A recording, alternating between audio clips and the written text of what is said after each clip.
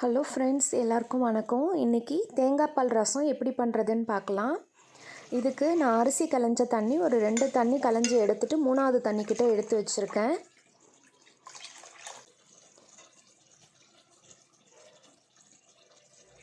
இப்போது புளி எடுத்து இந்த தண்ணியில் நல்லா ஊற வச்சிடலாம்.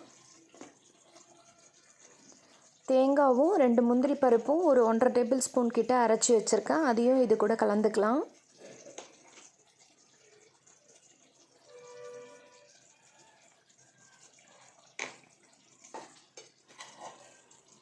இப்போது மஞ்சத்தூளும் உப்பும் இதில் சேர்த்துடலாம்.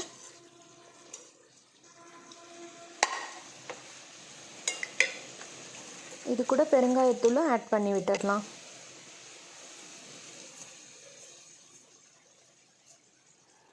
இப்போ புளி நல்லா கலந்து விட்டுருங்க. இப்போ ரசத்துக்கு தேவையான மிளகு ஜீரகம்லாம் பார்க்கலாம்.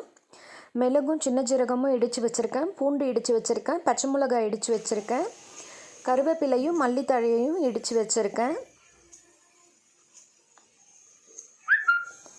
இப்போ அடுப்பில் ஒரு வாணல் வச்சிடலாம். எண்ணெய் ஊற்றிடுங்க.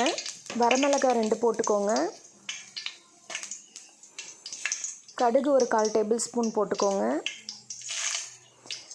கடுகு நல்லா பொரிஞ்சு வந்ததும் தக்காளி நான் நல்லா ஒரு 2லேருந்து 3 தக்காளி கிட்ட எடுத்து வச்சுருக்கேன். அதையும் இது கூட ஆட் பண்ணிக்கலாம்.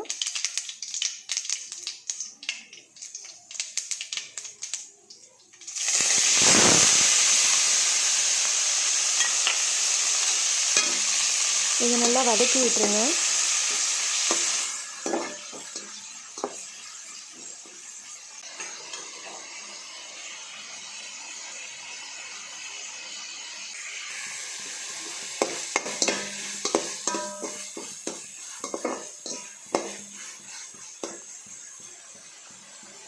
இந்தளவுக்கு நல்லா தக்காளி குழஞ்சி வரணும், அந்தளவுக்கு நல்லா வதக்கிக்கணும்.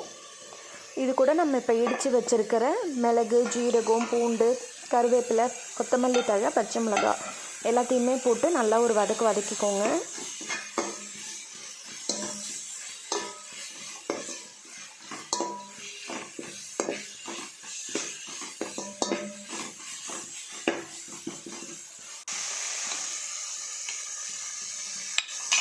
இப்போது நம்ம கலந்து வச்சுருக்கிற தண்ணி எடுத்து புளி தண்ணியை இதில் ஆட் பண்ணிக்கலாம்.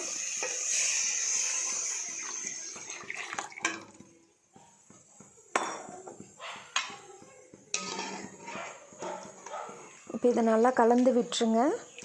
இது நல்லா ஒரு கொதி வரட்டும்.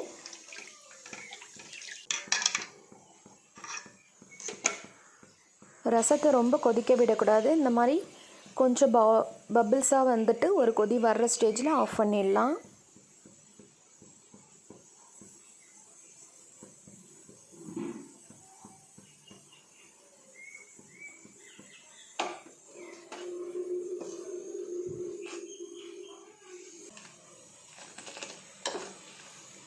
அவ்வளோதாங்க, ரசம் ரெடி ஆகிடுச்சு.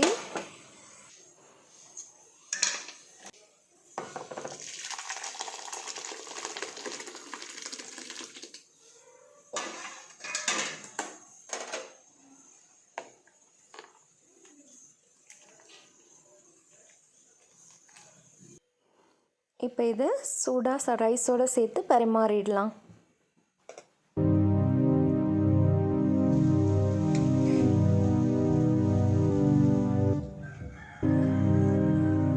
இந்த மாதிரி குக்கிங் வீடியோ நம்ம சேனலில் டெய்லியுமே அப்டேட் ஆகிட்டே இருக்கும். கண்டிப்பாக நம்ம சேனலை லைக் பண்ணுங்கள், ஷேர் பண்ணுங்கள், சப்ஸ்கிரைப் பண்ணுங்கள். தேங்க்ஸ் ஃபார் வாட்சிங்.